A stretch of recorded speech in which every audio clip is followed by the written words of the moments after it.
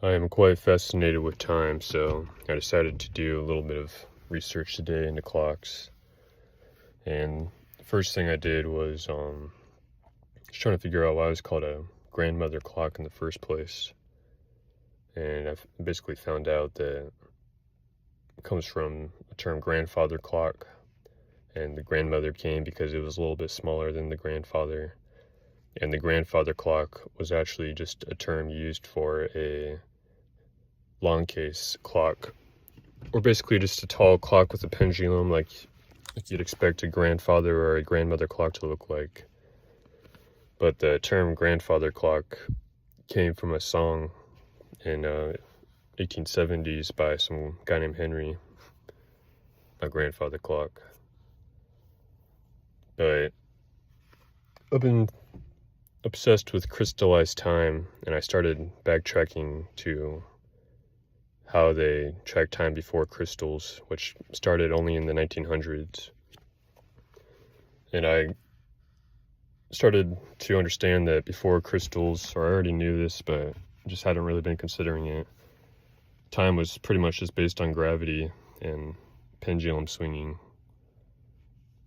And I wanted to buy an old pendulum clock because I already have the idea for the sun sensor. I'm making a video, I haven't posted it yet, but I'm gonna be tracking when the sun comes up and goes down to basically send the first cause for the effects of my system to start when the day starts, because there's no internal clock in there to basically send it a signal or call to it to wake.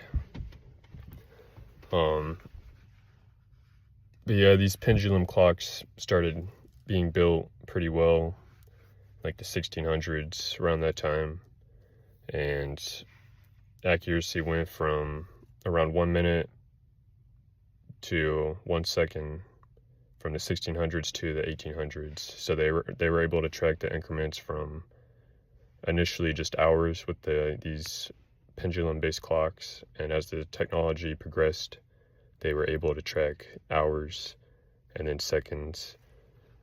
And eventually the courts won out because it vibrates 32,000 times a second and doesn't really care about tilt or gravity, so it's a lot more stable. These pendulum clocks, you have to wind them up and keep track of all that stuff, sync them up. The way they sync these clocks is they actually had they called it like a astronomer, or like the sun priest, who was in charge of each town, and he would decide for everybody when noon was, because time was localized per town. So he would look at the sun and declare it's noontime, and everyone would sync their pendulum clocks to that time. But it wasn't accurate by today's standards because they didn't need that accuracy. Actually, the only reason we started tracking time between cities and making a time standard instead of every town just having its own kind of timekeeping system was because of industrialization and the railroad systems. And if I sent a train at noon from my town and it's noon at your town, obviously our two subjective times aren't going to coordinate very well. So that's when they started sending signals between like telegraphs and trying to sync the United States into major sections so that they could coordinate those systems better. But I went onto Craigslist because I wanted to try to buy as old of a pendulum clock that I could find, and I ended up finding a company called the International Time Recording Company, and it actually wasn't even a clock that was for tracking time. It was something that was being developed right in that same period. It was a machine for recording time, and by that, like I was saying, for most of history, noon was just when the sun was highest here. Every town had its own noon. But when factories in the industrialization era, industrial revolution happened, they needed a way for people to know when people are actually in the factories running the machines, because before then, jobs weren't tracked by the minute or by the second or by the hour. It was more expectation based. Like, you work for the day, I give you 2 pieces of silver, or a task that you do. You complete the task, it's done. Or like or you do the whole harvest. That's over many days. But or the foreman himself, foreman being the man in charge of all the workers, he would track in his head mentally, this person is doing this work, he deserves this pay. But factories made being present the thing sold. So the hour itself became and the unit of purchase. The time machine I was about to buy was one of the first systems where you took a punch card representing your identity and you put it into this machine that was basically an upgraded clock that had the ability to stamp and record. And it would stamp when you came and when you left, essentially turning something that you experience and did into something that you can record, audit, and pay against. That is a massive flip. And now it is expected. We are mostly paid by the hour, and everything in our life is coordinated by the hour, by the minute, by the second. And it feels stressful.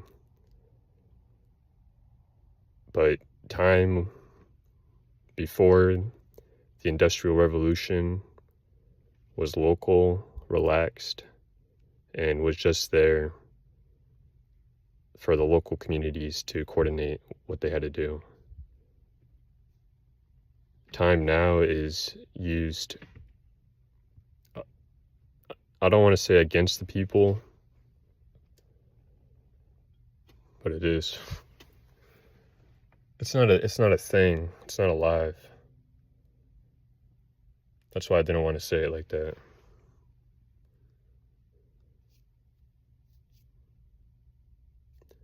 And to conclude, this time recording company from the 1880s, International Time Recording, which was one of the first companies to measure working time. 2 other companies with that company, the second being the Computing Scale Company, which was founded in the very start of the 1900s, which worked to internationalize the way people weighed things. Think how we have pounds, and we use all of that now, and all of our scales are the same. And the third company was the Tabulating Machine Company, which was basically an early company to measure and process data on card paper and early forms of computers. Those 3 companies at around 1911 merged into something called the Computing Tabulating Recording Company. So the International Time Recording, Computing Scale Company, and the Tabulating Machine Company all merged into the Computing Tabulating Recording Company, which renamed to IBM in 1924.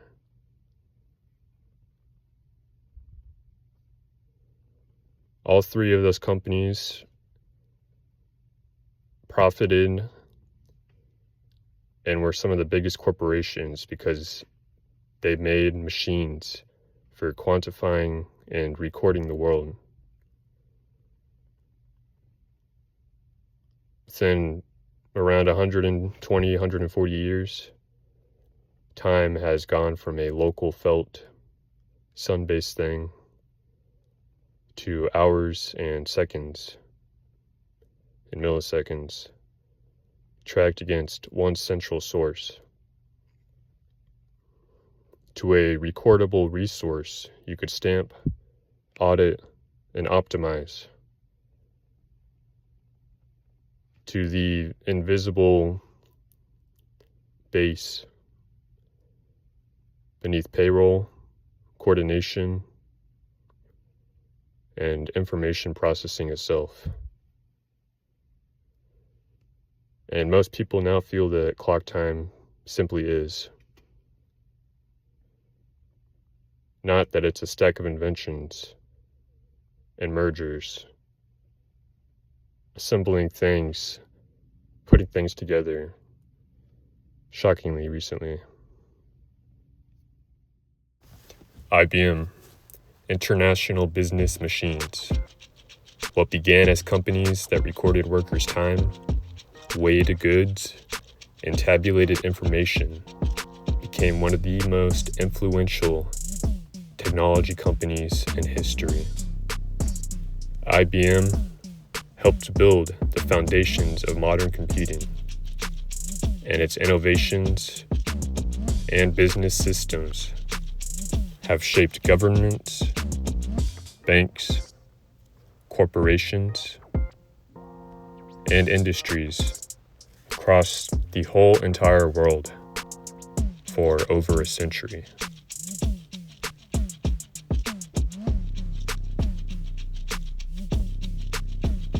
I am not pointing at one individual company or corporation.